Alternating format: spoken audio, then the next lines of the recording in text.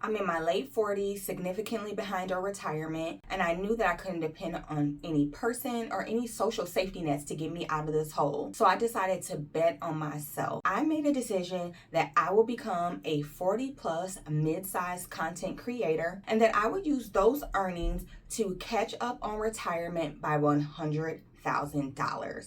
And if you saw my thumbnail, you already know I didn't make anything as my first month as a content creator.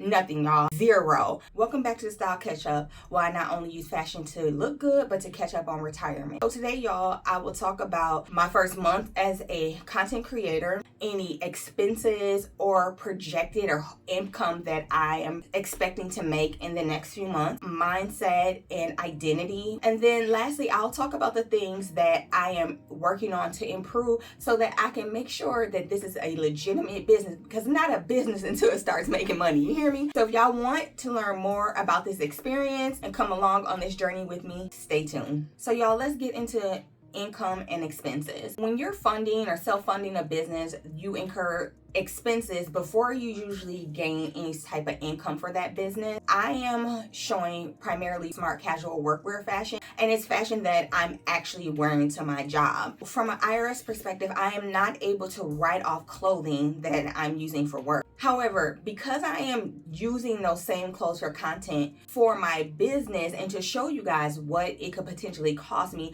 I'm doing what I call a 50-50 split. And what I decided I would do is just purchase the summer clothes that I was gonna buy and then let you all know approximately like what that 50-50 split is. It was about $312, or I just rounded it up to $350 just in case I missed anything, that I spent or split with the business, and that was for clothes. I did get a Canva subscription again, and that cost me $18. Yes. Also, I bought my domain, and that was $10. And those are my expenses for the month. And then as time goes on, I will show how much income I am getting from this endeavor. For this brand, when I think of creator income, I'm specifically talking about AdSense. When you put videos on YouTube and you become a partner with YouTube, YouTube will put ads on your videos, and then those advertisers pay YouTube, and then YouTube splits that money with the creators. And then any affiliate income that I may get from links and things like that. So if I buy clothes and then I link those, then if someone wants or interested in those items, then you can click on those links and then I get a small commission from that. And then lastly is any brand sponsorships, or you might have heard of brand deals. The aggregate of those will be what I will consider as creator income, and I will put that income towards the 100K retirement catch-up. In addition to any expenses or fees, I will also remove estimated taxes that I will have to pay, because y'all know Uncle Sam gonna come for his money. And I am a person of faith. I want to take out 10% of that income and tithe that as well. Whatever's left after that will go into the retirement. So next, y'all, let's talk about the reality of starting a business, okay? This endeavor is both rewarding and challenging. It takes mental fortitude and it takes physical stamina to be able to do this.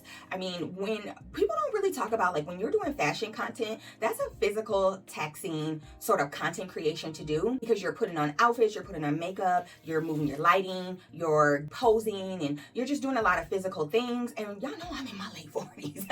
And so it is something that if you're interested in this, that you want to consider. And then mentally, it does take some like keeping yourself grounded in order to continue to believe in your vision and in your dream. So let's unpack that somewhat, y'all. So when I got started, one of the major things that I had told myself was that remember whose you are and remember where your identity is rooted. And for me, my identity is rooted in Christ. That is my foundation. And I had to tell myself that because, for one, y'all, I believe that this brand is going to succeed. So that's one. But for two, I didn't want to get caught up in like hustle culture. Like I had to do this from a place of peace. And I talked about this in my initial concept video. If you haven't checked that out, please check that out. Speaking of that, y'all, I had to remember that I'm already blessed. I'm not doing this from a place of lack. Although I'm doing a catch up, I don't feel like there's lack in my life. I'm creating a wealth asset. That's different than feeling like, oh, I don't have something. I already have a great career. It already funds my life. I talked about that in the initial concept video. But more importantly, not a career ain't important, y'all, but I have love, I have faith, I have family, I have friends, I have health, y'all. And so I have to keep myself grounded, and I have to keep that perspective while I'm going through this journey, because, you know, creating a business, building a business is not for the weak, y'all. It is not. It will challenge you mentally, especially in times like this where I'm looking at, I'm like, okay, my views are abysmal. And I'm like, okay, Shalonda, but that doesn't change who you are. That doesn't change your circumstances. You are still living. You're still good. You have everything you need in this current moment, whether this business succeeds or not. I'm also trying to tell myself to enjoy the journey. I can be one of those type of people who overthinks, who wants to know the beginning from the end, when I know that that is the Lord. One of the scriptures I keep repeating to myself is Proverbs 16:3, and it says, commit thy works unto the Lord, and that thy thoughts shall be established. I'm trying to remember, and I don't even always say it in entirety. I sometimes just say, like, commit thy works to the Lord,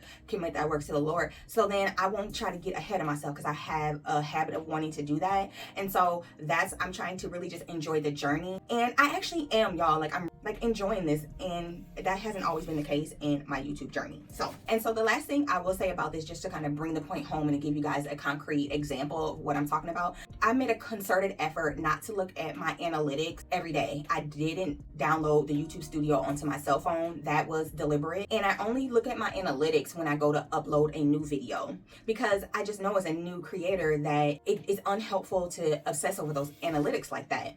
So when I do look at them, I'm like, ooh, these views are low. And I will go and try to understand what they mean. But I had this fleeting thought. Like, I actually didn't really feel like I had the thought. I actually was combating the thought. So one thing I was like, Shalonda, do not doubt your styling. And I was like, do not doubt your styling. Do not doubt your own creativity. And that's what I mean, like being rooted in your identity, because it can be tempting to think like, oh, maybe I have low views because the women who came to my page didn't like how I styled things, or they know I wasn't interesting, or my personality wasn't lively. And y'all, I know I'm funny, but even if I weren't, like, that's irrelevant. It's about saying to yourself, like, I am creating a business and I have something to offer to the world, and knowing that and being true to that. So I just wanted to kind of like really touch on this part about identity and about a mindset, because I think it's extremely important,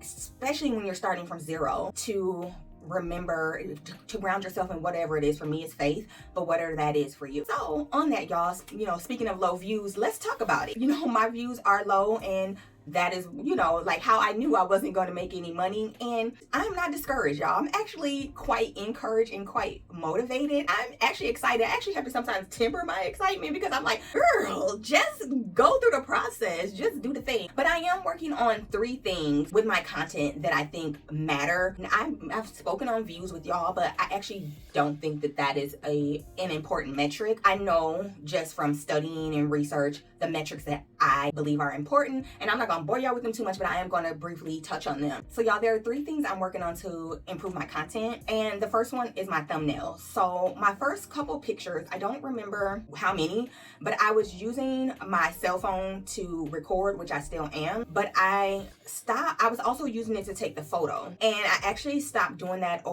with some recent uploads. I don't remember which one, and I'm now using my DSLR camera so that I can have more crisp photos. I also am actively, y'all, so when I'm saying I'm working on this, like, my brand just started with like 5-6 weeks ago, and so I am working on this in real time. Like, when I get my analytics and it says, like, you know, if your click-through rate is low, it's probably because your thumbnail isn't good. Like, it'll tell you stuff like that. I will actively like how can I make my thumbnails better, and we'll just Google that. I have tried some different type of images in Canva, like different overlays, different types of ways to just kind of make the thumbnails look different. And I'm in a testing phase, y'all. I don't know what the audience will like. So that's one thing I'm working on. The second thing is titles. Your titles in conjunction with your thumbnails have to work to draw your target audience in.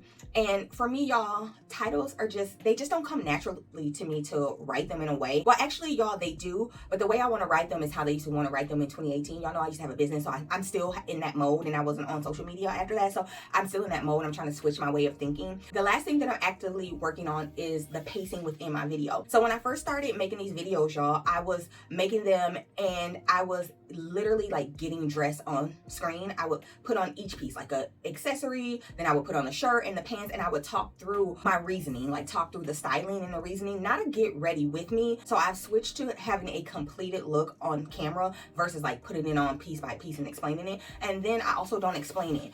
I have moved to doing a voiceover, and I am trying that right now, and I'm open to trying other things, y'all. So y'all, this has been the Style Catch Up first financial update, reporting on if I earn money toward my 100K retirement catch-up goal. I hope it provided you some insight onto like how a creator business is started and how a 40-something-year-old woman is working towards funding her retirement and starting her own business. And the next financial update will be August 9th, but stick around because I will be posting fashion content in between. Okay, see y'all next time. Bye.